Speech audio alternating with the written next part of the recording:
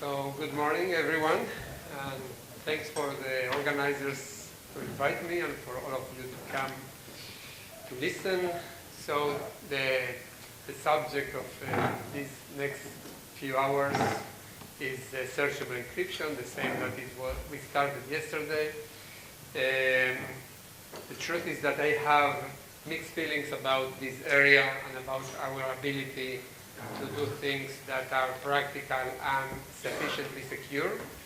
And I usually try to give a not too optimistic view just to be careful. But after Sasha's presentation, I feel that I have to be a little bit more optimistic than that. And actually, the optimism or not will depend on you guys on doing more of cryptanalysis or private analysis work against this stuff. The works that Sasha was talking about really do very little. I mean, they do the more or less the obvious trivial stuff, and we need more sophistication to really understand the limits of what is permissible or not if we want to get some level of reasonable security. Anyway, I have a lot of many slides, and I will not get to do all of them. So we'll see how much I get to do. The idea is to start with an overview in which to present the state of the art, the schemes, the more advanced schemes that we have. The focus of this whole thing is a protocol that was developed in a project funded by the National Security Agency, interestingly, done by a team of IBM and UC Irvine. I'll give quite a lot of details on this solution, at least a sufficient amount so that if you go and read the papers, it will be easier to read them than if you do that from scratch. And there is the OXT protocol is this protocol that we developed.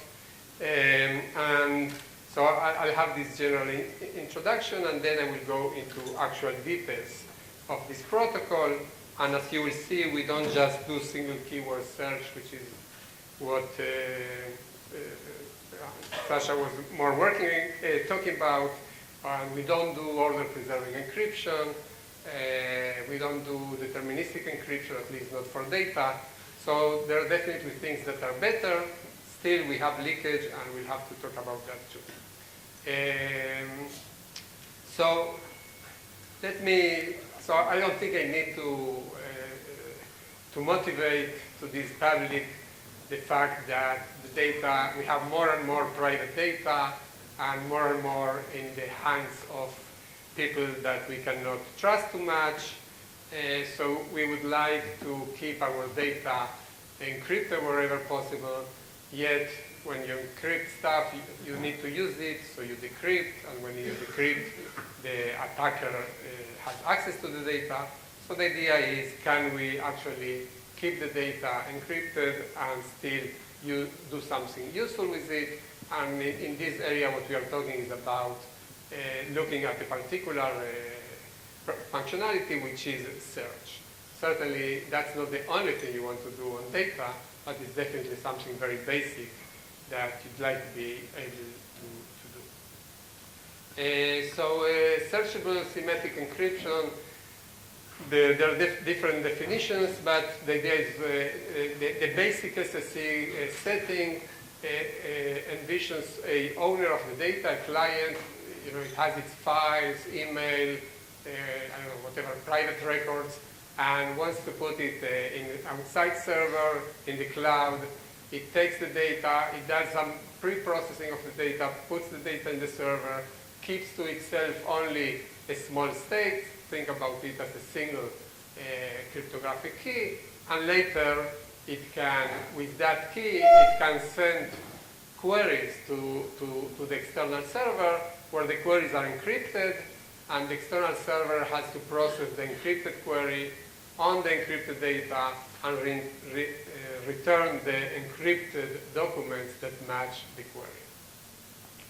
And of course, the goal is for the server to learn as little as possible about the query and about the data and about the result set.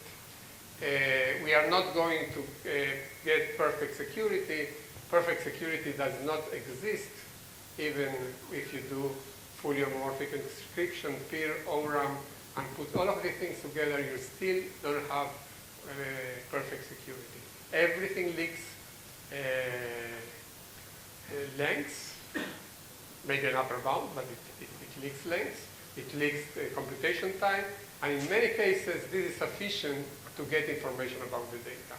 So even our perfect tools are not perfect. We will use even less perfect tools here. But it's important to keep in mind that when we think about these perfect things, there are very interesting attacks on recovering voice or other stuff from traffic analysis, which uses basically the size of ciphertexts. So we will allow some level of plain text, and what is good about this area is at least that we have definitions, and the definitions give us the opportunity or enable us to be able to prove that a solution leaks some amount of information represented in some way, and at least we know that that is what is leaked. Now, what is the meaning of that leakage and all this kind of stuff, we will talk about that later. But the idea is, again, we are not looking for something perfect that doesn't exist. We are looking for imperfect solutions that will leak as little as possible.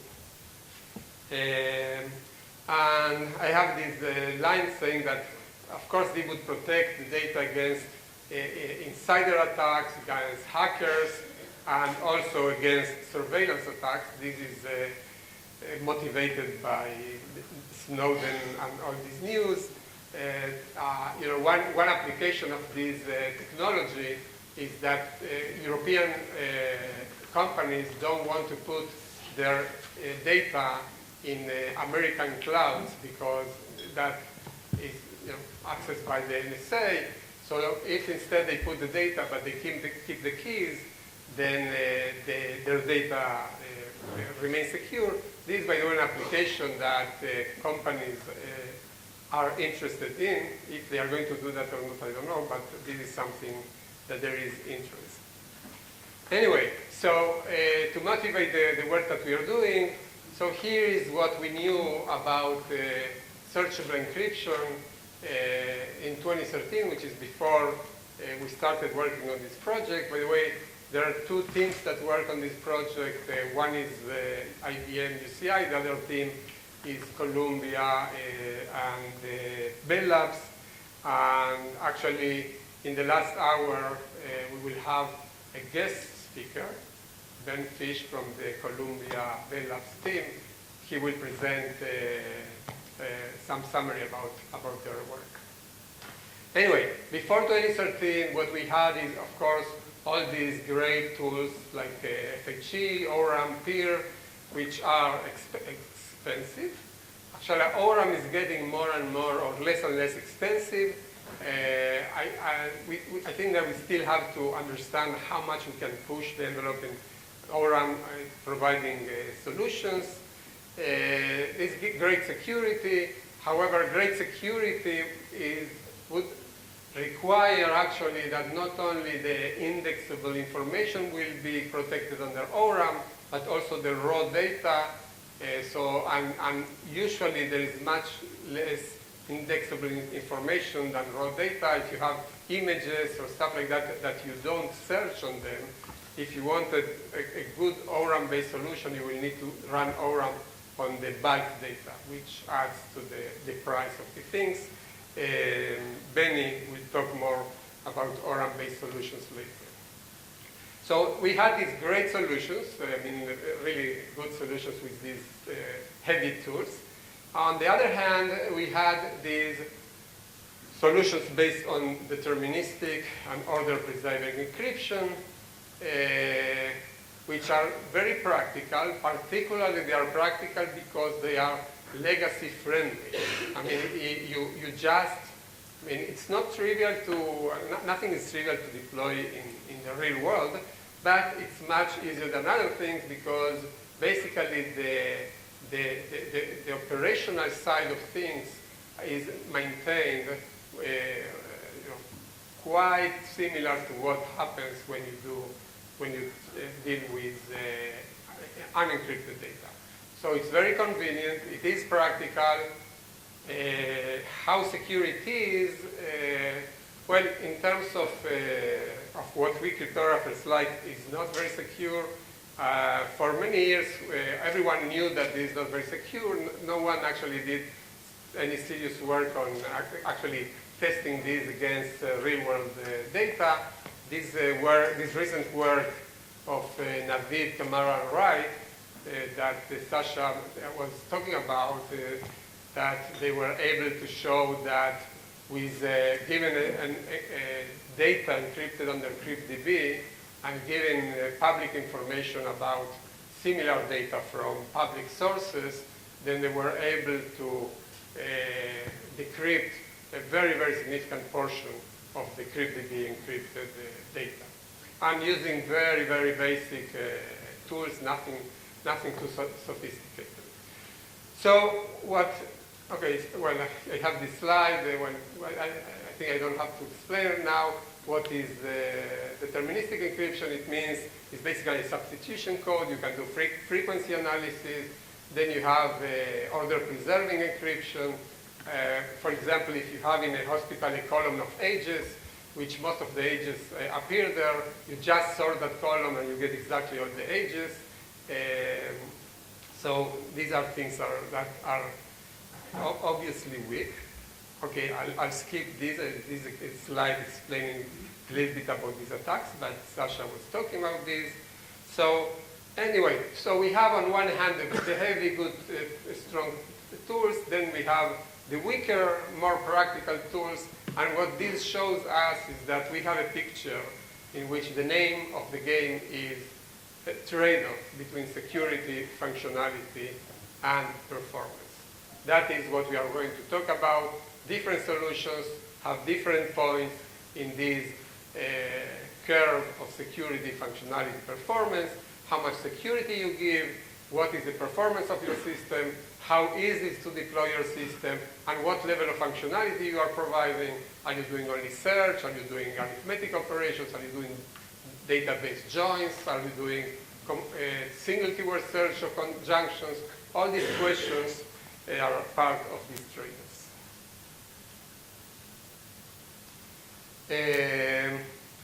So again, continuing the state of the art until 2013. So we had several works on single keyword search, starting with the work of Song, Wagner, and Perry. Thank you very much. And they were the first, but their solution is linear. I mean, it was mainly meant for text, and the solution is linear on the text. You have to search the whole text for all the occurrences of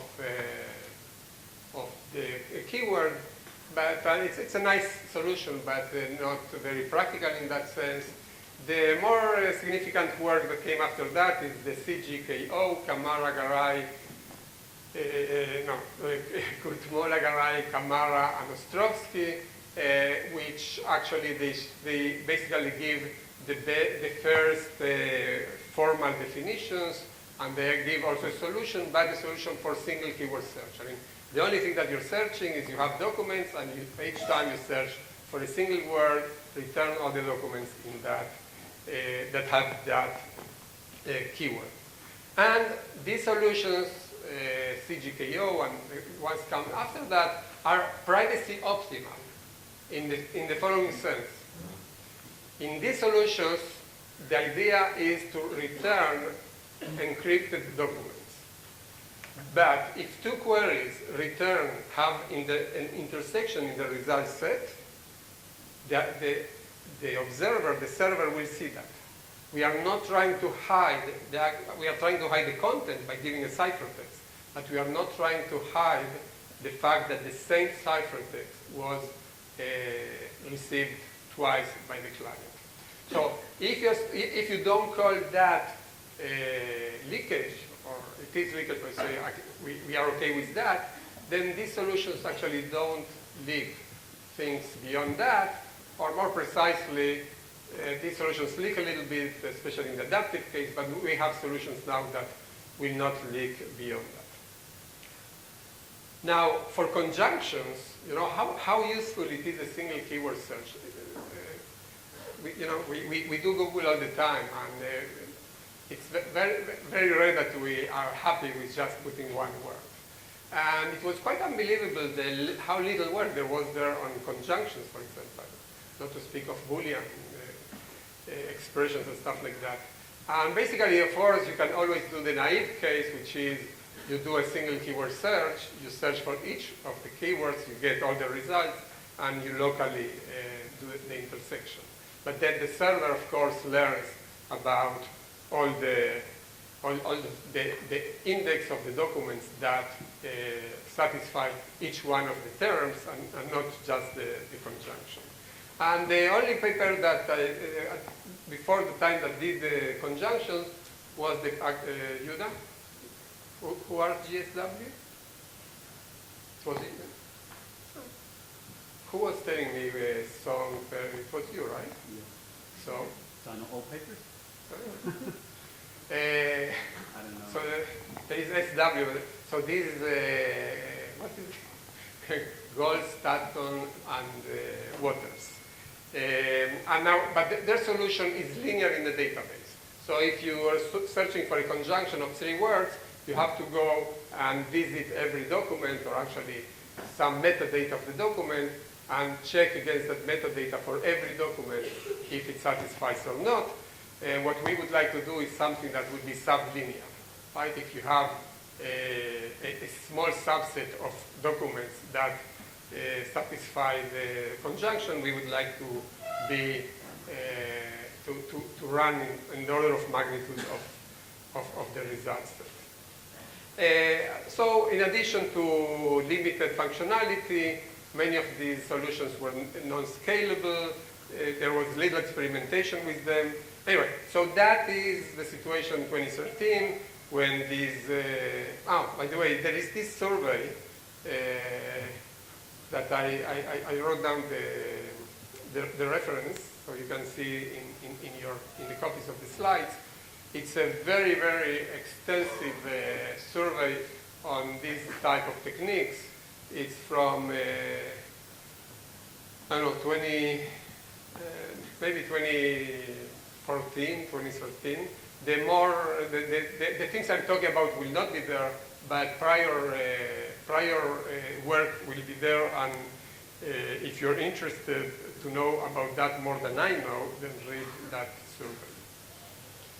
Okay, so now we come to our work. As I said, this is an NSA-sponsored program. It's interesting. You can always ask the question, why NSA will sponsor a program that actually helps privacy? So you put a backdoor in. Huh? So that you put a backdoor in. Yeah.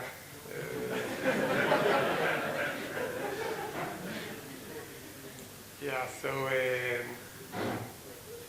I had a panel with Adi Shamir about trapdoors, front door, except a trapdoor is a front door after you switch sides of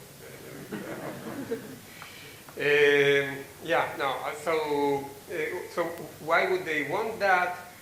Well, it's a question. Actually, they had a very explicit rationale for why they wanted. What they wanted is to be able to share information between intelligence agencies when they distrust each other. And also there are laws by which FBI cannot share information with NSA. So the idea is to be able to access information in a very controlled way. You'll see that the models that I'll explain actually do allow to do that. And yeah, so each time that there is some terrorist attack, then the first thing you hear is about how they actually had the information, but since they don't talk to each other, these different agencies, then they couldn't cross the information and find it. And at the time, I was always explaining that they are preparing for a post-Patriot Day. Patriot is this set of legislation in the US that allows these intelligence agencies to do whatever they want. And they knew that one day this will stop, and they have to prepare for that. Then Snowden came, and this was already not for a post-Patriot, it was for a post-Snowden. And this work, sponsored by NSA, was or is actually considered as for use in this context. If you know about the phone records and the metadata, so they are still interested in funding this stuff. Anyway, so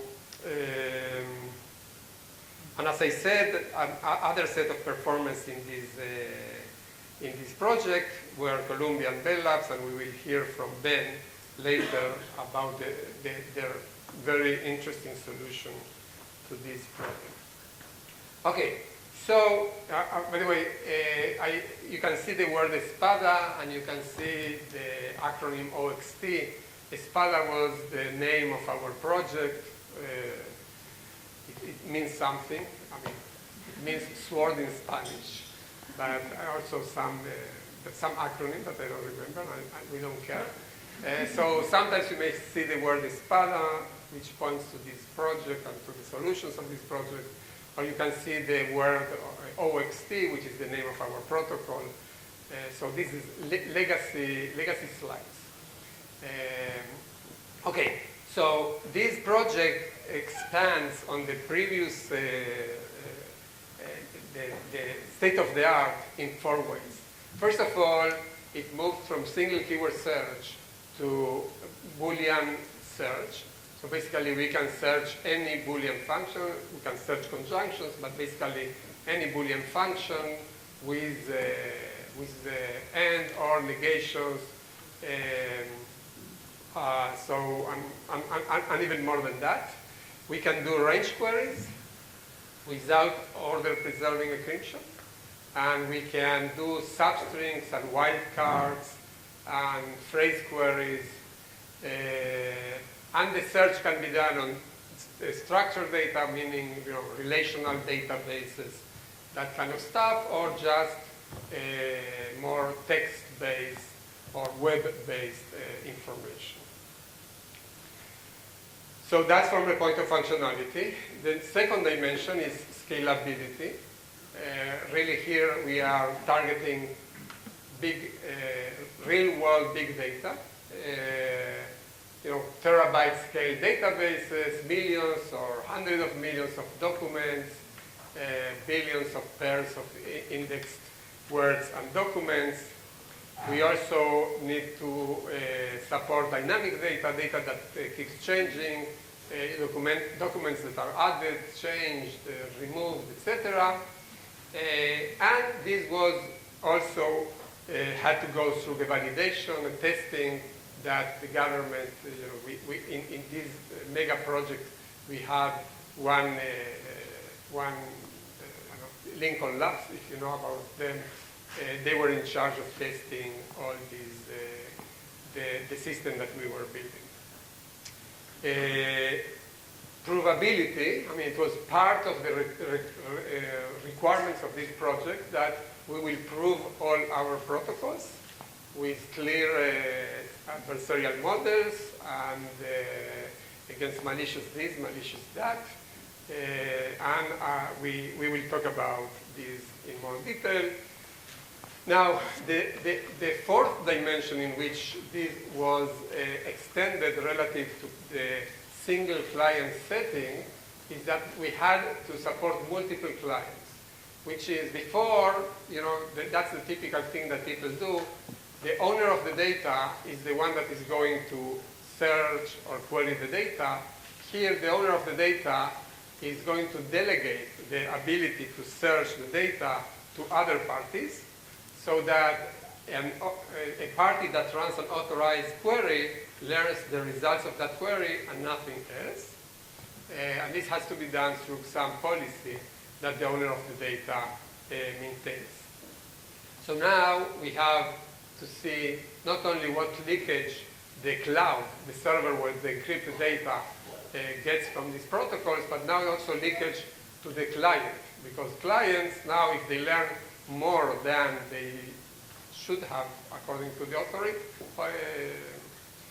authorization policy, then that is leakage. And finally, there is this element of doing multi-client as before, but now the authorizer, which is the owner of the data, has to authorize queries without actually learning the values that are being queried. So you have to run some policy that will not see, at least explicitly, the queries being queried by the clients. And this is basically, as you can see, it's has a very pure flavor to it. The owner of the data, the holder of the data, doesn't learn the query. And the reason we can actually do things that are very practical is because we are going to assume that the owner of the data that authorizes the query and the server where the queries are performed don't collude with each other. If they do collude, then the privacy of the queries is lost. Okay? So this is a multi-reader system and single writer. Okay, so there is a single entity that owns the data, can write the data, change the data, authorize the data, and there are multiple readers. If you want to do the other way around, which is this single reader multi-writer, then you need a public key-based solution. There are public-based solutions that are much, much less practical than the things we are talking about. So there are the intelligence motivation for these type of models and problems, but there are also civilian uses. So for example, this is a real-world scenario for this. Is a hospital outsources data to the cloud because it's cheap and it's secure and it's whatever. So all our private information is in the cloud. The hospital is the one that authorizes access to the data. For example, a doctor is authorized to access a subset of information about his patients, not about other patients. An insurance company is authorized to access billing information and some medical information, but not other stuff. So they have this authorization policy, and they authorize entities, doctors, providers, to access some information. And this is exactly a multi-client setting where the data is outsourced to the cloud. There are multiple clients, and the clients are authorized by the entity, which in this case is the hospital. Now, the hospital would prefer not to even learn what are the queries, because all of the things is liability, and the less they learn, the better. By the way, here, you can always ask in these models, so you are assuming that the owner of the data and the cloud don't collude. Why wouldn't they collude? So, in many cases, actually, it would make no sense to assume that they will not collude. But in these cases, for example, it's just the hospital interest not to collude. Of course, you can have insiders that will do that. But the basic model is that it is on the interest of the parties, the initial interest of the parties, not to collude. But of course, all of these things, when you go to practice, you really have to think what is your model and what real guarantees you are providing. Okay, there is this FBI example, but let me skip that. Obama's third-party solution. The people that fund us always try to motivate us by telling us that even Obama hears about this project. So we are very proud, very patriotic. Okay, so that was about the models, the functionality, the goals. So let me tell you a little bit about what this particular project has achieved. So we have a solution that supports arbitrary Boolean queries on all the 3 SSE models: single client, multiple client with blind authorization. And the biggest data in which we run experiments is a database of 10 terabytes, 100 million records. And every record has more than 1,000 searchable keywords. This is, to get an idea, this is a database that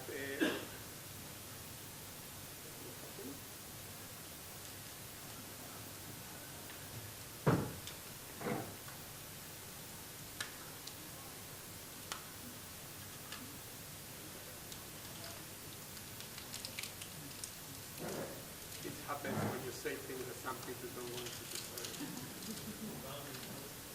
Huh?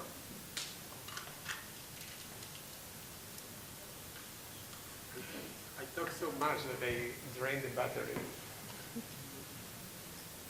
Thank you.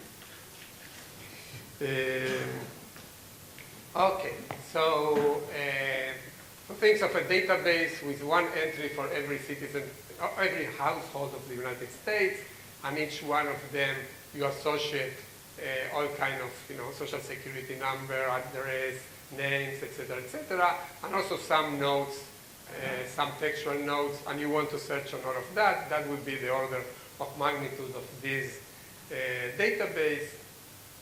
And we also run in smaller databases.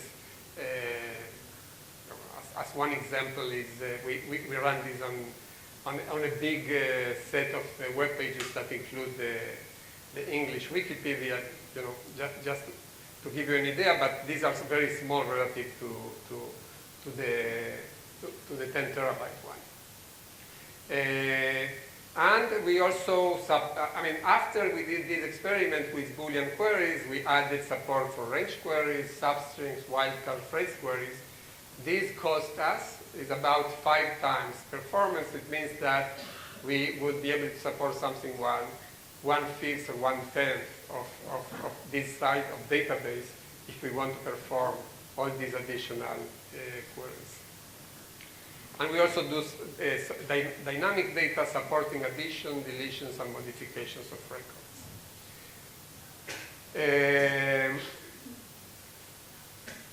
Now, for scalability, the pre-processing of a big database like this takes a long time in our case.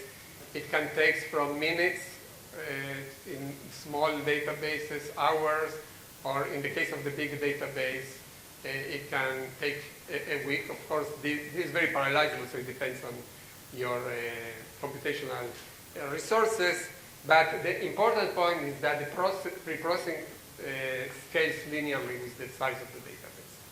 So, which is what the best you can hope for, and that's one property.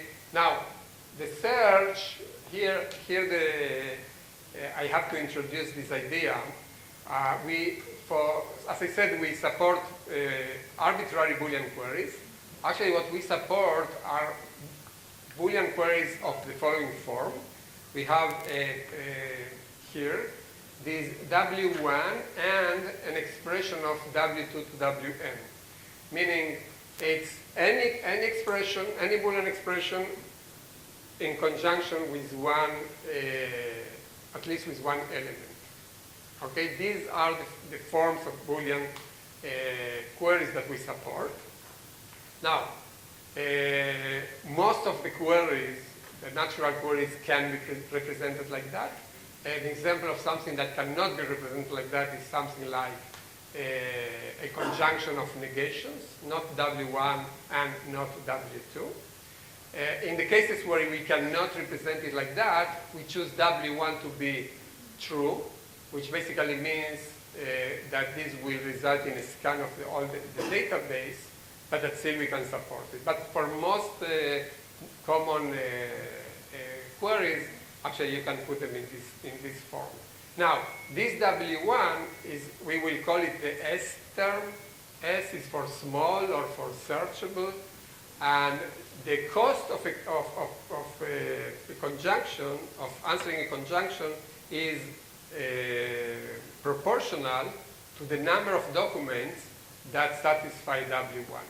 That's why in all our solutions it's very important to be able to locate, to identify the element. Think about if you're doing a conjunction, the conjunctive term with the smallest possible set of matching documents.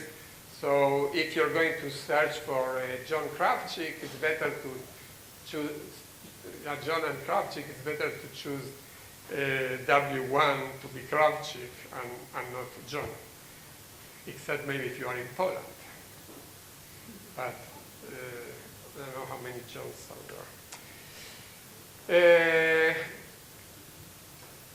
Okay, and the communication here is that's another important element in the solutions, how interactive you are. So in all our solutions, we have the following interaction pattern. The client has the query.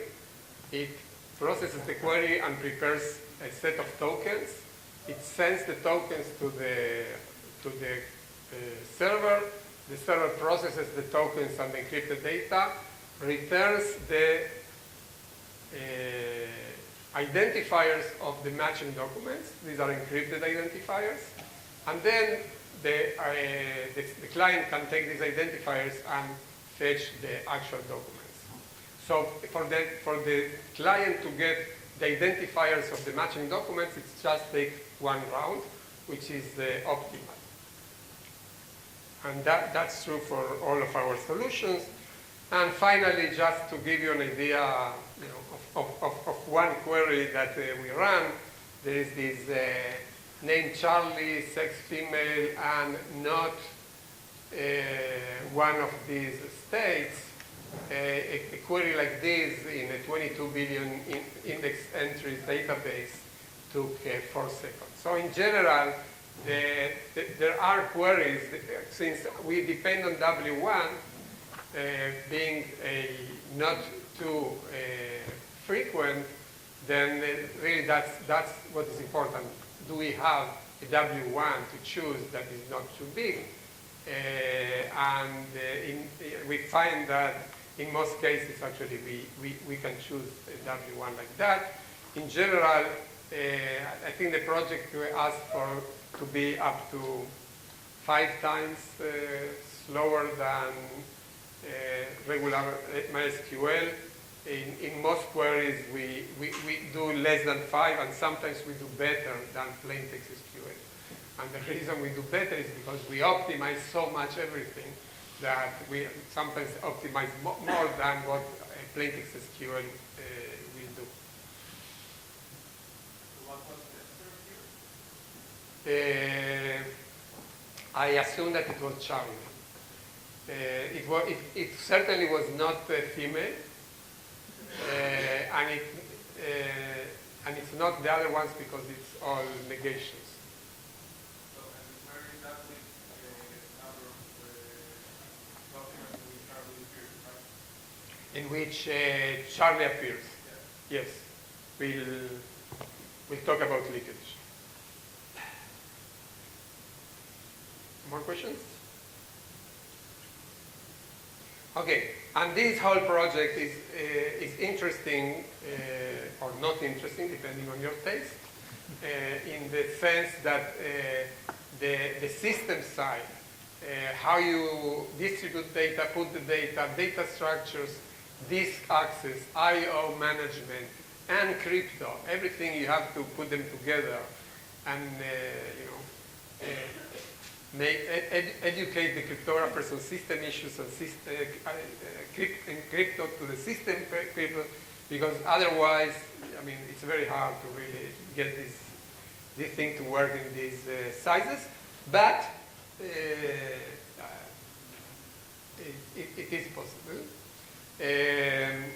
Now, this thing in red is a it's central to solutions.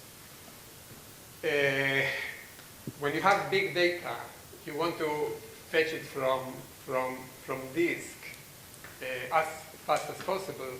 It means going to disk as little as possible because disk access is very expensive. For example, you can do some 300 exponentiations on a 256-bit elliptic curve for one access to disk. So you want to put your data as organized and as nicely as possible on the disk. On the other hand, if you put your data so nicely on the disk, then, which for example means that information that is related to each other will go together, now you are actually leaking information if you do it that way, because then the server knows that if it accesses data that is close to each other, then probably that is relates to the same documents or same keywords. So there is this tension between randomness and structure that you have to manage very well, and we will touch on that. The cryptography, the most expensive operations here, we do some elliptic curve exponentiations, very much optimized, with the same base optimizations whenever possible. And for big data, actually, the exponentiations are basically quite for free, again, because accessing the disk is the bottleneck of these things. Now, this is very important.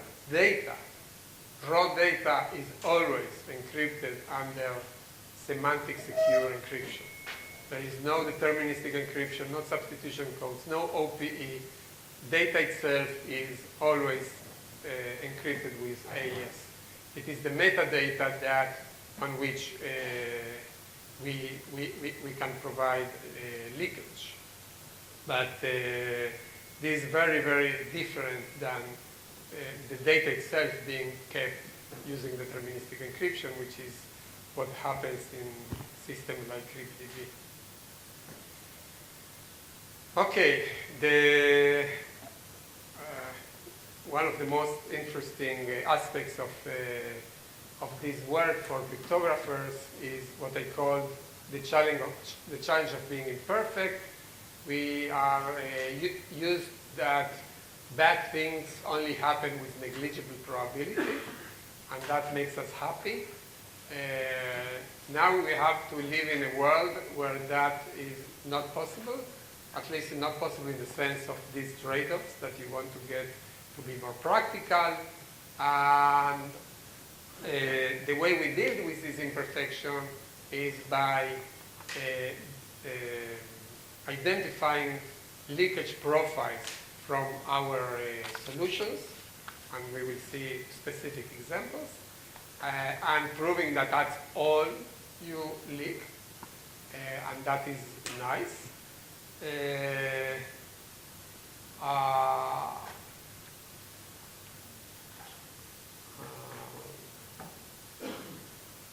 Okay, let me go back a little bit. Yeah, so as I said, since we start by actually giving up on hiding the ciphertext of return messages, return documents, then we are already leaking a lot about that. For example, take an example of a range query. If you do 2 range queries and you get an intersection, and let's say that the server knows that that's a range query because because it knows that it's a range query, or because something in other leakage shows that. So if it's two range queries and they're in an intersection in the results that were returned, so what do we know about this intersection? We know that these documents in the intersection are, all of these are bigger, yeah, in whatever numerical value we are searching, than all the,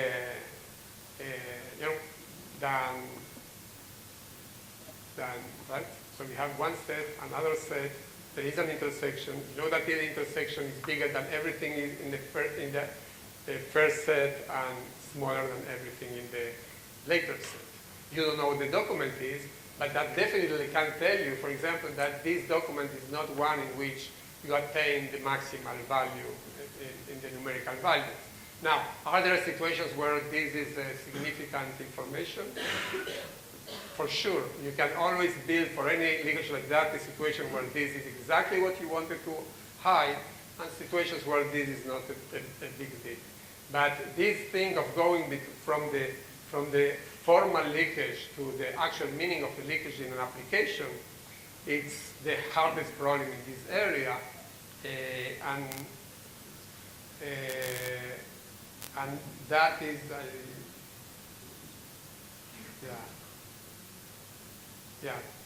this is where I wanted to get, is this difference between syntactic leakage and semantic leakage.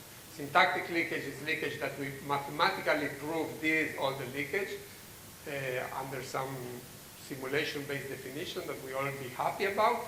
But then there is this question of what is the meaning of this leakage. So in cases of deterministic encryption, order-preserved encryption, it's very easy to show examples where this is bad. In our cases, we obfuscate stuff more. I mean, it's less obvious what you are leaking, but we definitely need a theory that will help us navigating this leakage world and understanding what is more or less acceptable.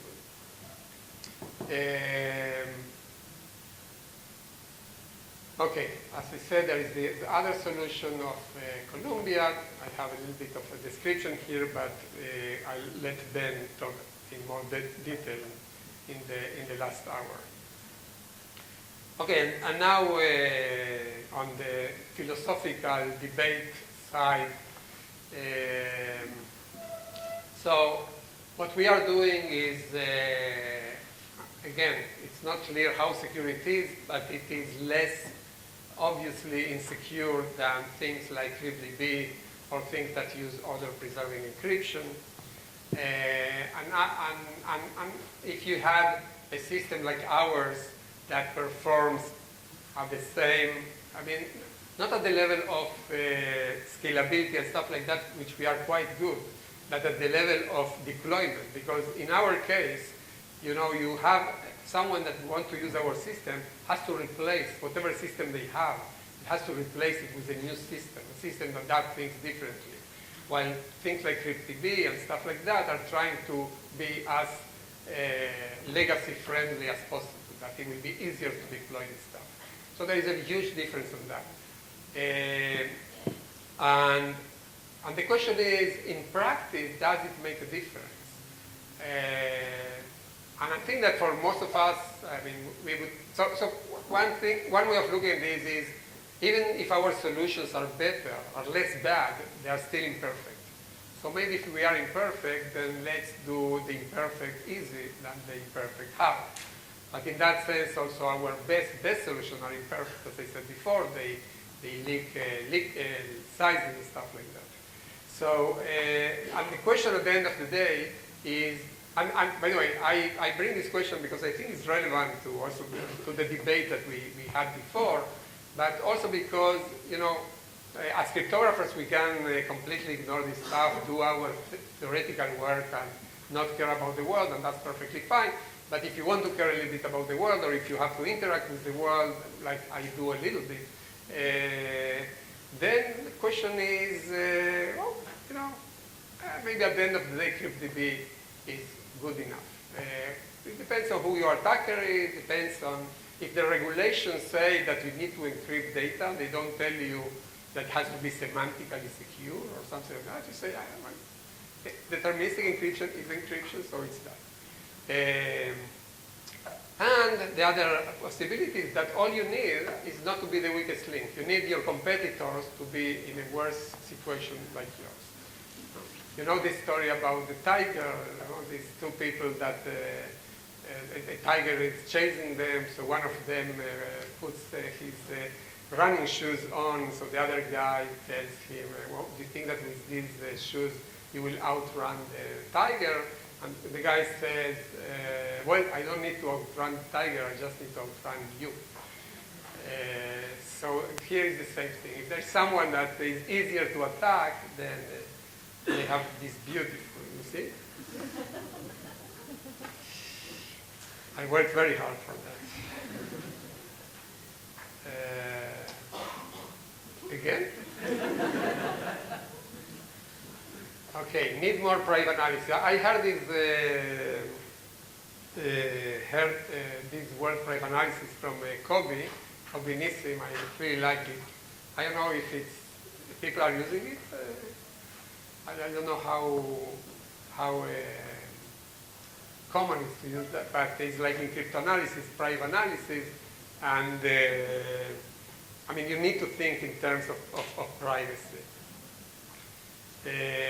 Okay, we can finish now, closing remarks, future work, but we will do that at the end of if you're still alive, and I am alive, then at the end of the presentation we'll do that. How am I doing with time? You're fine. I think we're supposed to go for a break right now. Right now? I knew that.